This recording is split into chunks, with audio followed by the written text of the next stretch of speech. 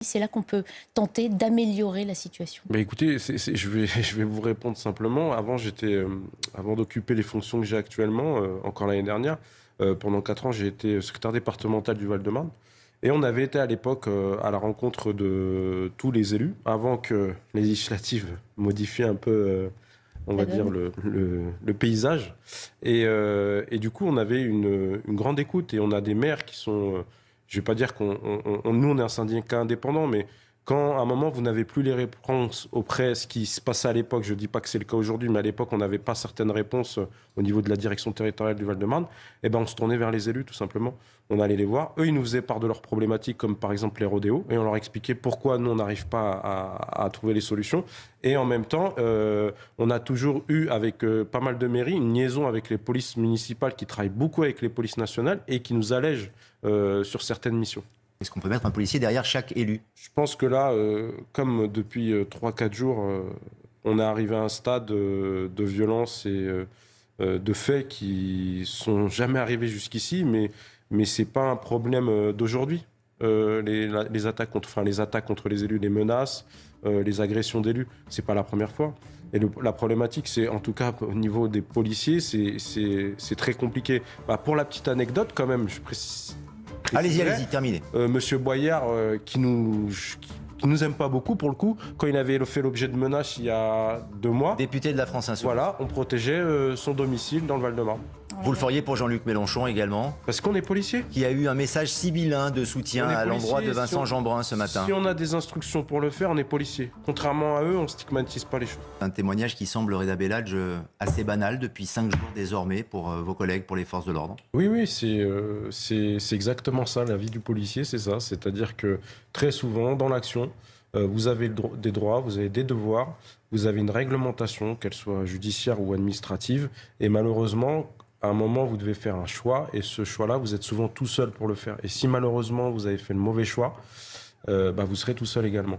Et c'est vrai qu'il faut vraiment, je rejoins tout à fait le collègue, vraiment tirer le chapeau à l'ensemble des effectifs, gendarmerie, pompiers, policiers, parce que ce qu'on a fait, c'est juste énorme de maintenir, quand on voit ce qui est arrivé au maire de là hier, là, les gens se rendent compte, encore une fois de plus, qu'on n'est pas là à se victimiser, contrairement à une catégorie des banlieues, mais c'est une réalité en fait. Les gens, les gars, ils montent en bande organisée pour faire un crime. Ce qui s'est passé au maire, ça peut nous arriver aussi à nous, policiers. Il ne faut pas dire qu'on professe le métier de policier désormais?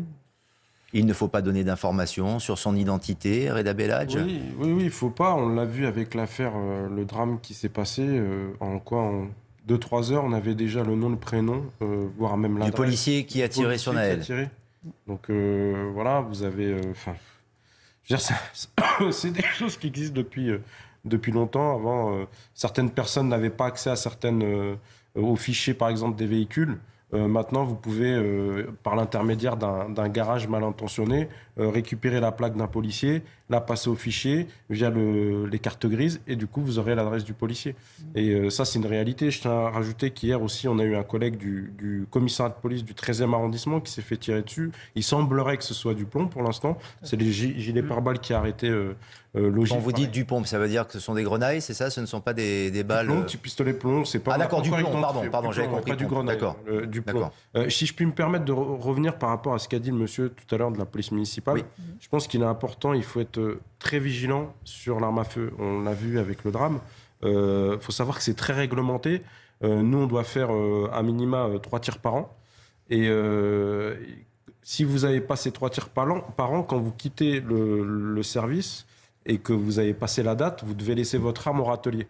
Vous ne pouvez pas prendre votre arme avec vous. Donc je pense que c'est important de le préciser avant qu'il commence à y avoir... Je comprends la demande, c'est normal parce qu'on se sent en danger. Mais il y a un vrai sujet là-dessus aussi parce qu'on a, nous, police nationale, je pense qu'il faudra en parler, on peut en parler dès maintenant, mais il faudra en parler après tout ce qui s'est passé. On a un gros problème au niveau de la formation. On manque énormément de formateurs, notamment en région parisienne, parce que c'est ma région, donc je le dis. Il y en a 120. Il nous faut 120 formateurs. Ça veut dire que si on veut progresser dans les refus, la façon de perception du refus d'obtempérer quand on est à un moment anxieux, il faut des formateurs pour qu'on puisse faire ces formations. Beaucoup de vos collègues disent aussi que 3 tirs minimum, ce n'est pas assez, et que quand ils veulent en faire plus, effectivement, ils se heurtent. Oui, et puis il y en a, ils n'arrivent pas à faire leurs 3 tirs parce qu'on n'a pas assez de formateurs. On disait qu'on n'a pas les moyens de mettre un policier derrière chaque maire, on ne peut pas non plus surveiller tous les magasins de France pour éviter qu'ils ne soient dégradés. Ah non, c'est impossible. Et puis on sait que vous pouvez faire appel à des sécurités privées, mais ça coûte extrêmement cher également. Est-ce qu'aujourd'hui, il ne faut pas un plan d'urgence, je ne dis pas catastrophe naturelle, mais je pense que notre pays n'a jamais vécu ça. Il va falloir qu'on se pose et qu'on trouve des solutions pour tous ces gens, comme pour la police, et qu'on se pose les bonnes questions.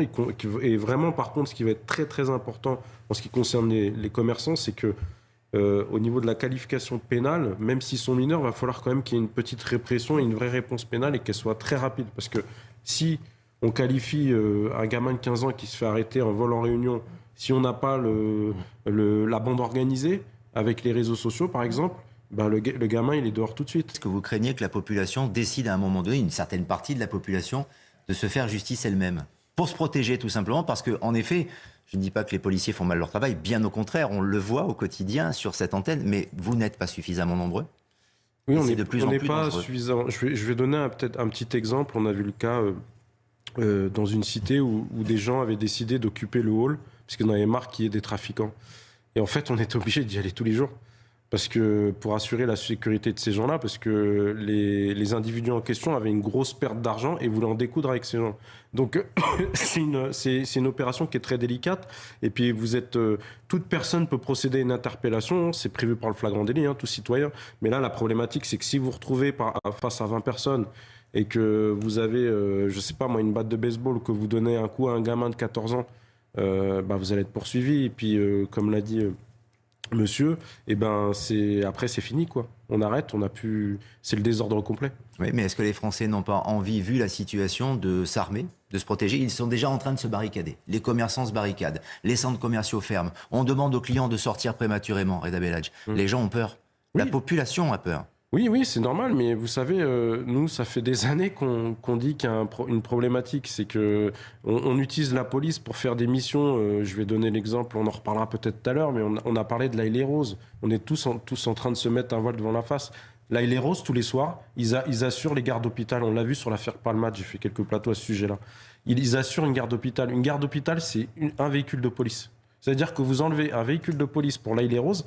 L'Aïlé Rose, c'est une circonscription de 5 communes. Donc ça veut dire que vous avez une seule voiture pour assurer 5 communes. C'est impossible. Il faut que tout le monde redescende et que les solutions autres soient trouvées. Reda Belhadj. Non mais vous pouvez... je suis pas contre la répression, je suis policier. J'aime la prévention aussi, mais je veux pas dire que la solution est simple, mais le bracelet électronique. Admettons, vous interpellez un individu au Forum des Halles qui vient de détériorer le magasin Nike. Vous l'interpellez, il passe devant le juge, bracelet électronique, interdiction d'aller sur Paris, il ne pourra pas aller sur Paris parce que vous savez que vous êtes géolocalisé. C'est des petites solutions, mais il faut une vraie volonté, comme a dit le monsieur. Est-ce qu'on a assez de bracelets électroniques? Je pense que ça, après, je pense que le bracelet électronique coûtera moins cher que 3 ans de prison. Quand on essaie de remettre de l'ordre dans le pays, aussi voir ce genre de vantardise, ça va dans le sens complètement opposé. Complètement opposé, c'est catastrophique. On avait sur votre plateau commenté une image qui était aussi impressionnante. C'est pour ça que c'est pas d'aujourd'hui ce qui se passe avec l'inauguration d'un point stup. On l'avait fait sur CNews. Je dis maintenant, je vous dis, c'est devenu... Il y a même de la vente en ce moment, d'ailleurs. Il y a des promotions, ils vendent des mortiers via Snapchat.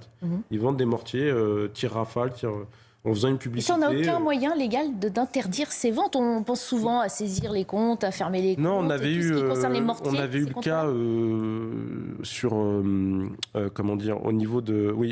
quand il y avait le confinement, j'étais intervenu sur des soirées... les gens avaient interdit de sortir, couvre-feu, pardon, et c'était soirées clandestines, voilà. On avait les services de PJ, ce qu'ils avaient fait, c'est qu'ils avaient procédé en fait à des réquisitions. Et ils avaient pu localiser les gens qui avaient fait la promotion de cette soirée-là. Et ils avaient pu procéder aux interpellations. Mais bon, je ne pense pas qu'aujourd'hui, ces gens-là soient en prison. Mais le seul outil qu'on a, nous, c'est au niveau judiciaire, pour l'instant, c'est faire une réquisition dans le cadre d'une enquête. C'est tout, s'il y a une infraction. Mais le temps que les choses se fassent, et les services sont tellement bondés de dossiers que c'est très compliqué. Comment se procure-t-on un mortier? Comment on trouve un mortier? Ah bah là, vous avez un peu comme... ils arrivent à trouver du cannabis, donc c'est pas le mortier qui va poser problème. C'est quoi? C'est le dark web? Il y a beaucoup de choses qui ont été faites par le ministre de l'Intérieur à ce niveau-là. À une époque, vous pouviez aller acheter des feux d'artifice n'importe où. Absolument. Aujourd'hui, dans le marché normal, c'est impossible. Hormis le magasin spécialisé, mais soit vous avez une carte professionnelle, soit vous avez une autorisation. Ou si vous êtes professionnel, bien sûr. Mais maintenant... apparemment, ça ne suffit pas. Au moins, dans ces quartiers-là, ça ne suffit pas parce qu'ils arrivent à se procurer via un réseau parallèle des produits. Bah, par exemple, en Allemagne, je vais donner un exemple. L'Allemagne, la vente d'artifices est actuellement encore autorisée. Et comme vous êtes sur l'espace Schengen, il suffit que vous trouviez quelqu'un qui vit en Allemagne, qui achète les artifices pour vous, et puis ensuite, vous les revendez sur le marché français, tout simplement. Ça ressemble à une expédition punitive. On se rend compte que des délinquants via leur réseau propre, parce que au-delà du trafic de stupes, ils sont au courant de tout, on l'a dit pour l'identité du policier. C'est-à-dire qu'aujourd'hui, ces gens-là savent où habitent les maires, savent où habitent certains policiers, les quartiers qu'ils fréquentent, et là, ils ont voulu probablement envoyer un message, tout simplement. Envoyer un message et dire... Avant, c'était nous, le message qu'ils nous envoyaient dans certains quartiers, je parle de la minorité délinquante, c'est ici on est chez nous. C'est une zone pour eux, c'est une zone de non-droit. Bon, la police ne rentre pas comme ça chez nous. Là, le message qu'ils envoient, c'est-à-dire il y a eu un drame. Maintenant, nous, ils sont sortis de leur quartier parce qu'avec la police, c'est très très rare qu'ils sortent de leur quartier. Parce que quand ils sont dans leur quartier, ils sont plusieurs, ça va, ils sont en force. Mais quand ils sortent de leur quartier, ils savent que là, ils perdent la main. Ils savent qu'ils peuvent se faire interpeller facilement. Et là, le message qu'ils envoient, il est très très fort. Surtout que c'est très médiatisé. Et c'est-à-dire qu'aujourd'hui, eux, ils ont un pouvoir ils veulent peut-être montrer qu'ils ont un pouvoir de pouvoir sortir de leur quartier. Et qu'ils peuvent recommencer. Et faire et recommencer. Et qu'ils peuvent recommencer. Bien sûr, bien sûr. Je ne sais pas à la suite ce que ça va donner, mais c'est compliqué. Les policiers sont-ils préparés, formés à ce genre de confrontation? Quand on embrasse cette carrière de policier, Reda Belladj, il n'est pas certain qu'on s'imagine dans cette situation. Non, déjà, le collègue a dit 2 mots très forts, c'est discernement et action. On est en plein dedans, en fait. C'est-à-dire que vous travaillez de nuit, vous travaillez depuis 12 heures, parce qu'il faut savoir que pour mettre 45, on ne sort pas du chapeau 5000 policiers pour l'Île-de-France et 45 000 au total sur toute la France. On a été obligé de décaler des effectifs de jour pour bosser la nuit. Mais avec les pillages, la journée, il a fallu encore s'adapter. C'est-à-dire que vous faites prendre par exemple les collègues à 11h du matin, ils bossent jusqu'au surlendemain matin avec des émeutes qui sont ingérables jusqu'à 6h du matin. Donc ça veut dire qu'à 6h, 5h du matin, vous arrivez face à une équipe d'une cinquantaine ou une centaine d'individus, vous devez faire preuve de discernement, comme l'a dit collègue, et ça c'est très difficile. Et les gens ne s'en rendent pas compte. Et bon... Certes, ce n'est pas notre quotidien, mais c'est très souvent le cas dans le cadre des violences urbaines. Les témoignages de vos collègues, ce qu'ils vous rapportent, est-ce que dans ces témoignages, il commence à y avoir de la crainte, de la peur? De perdre la vie, tout simplement? Je pense qu'il n'y a pas de...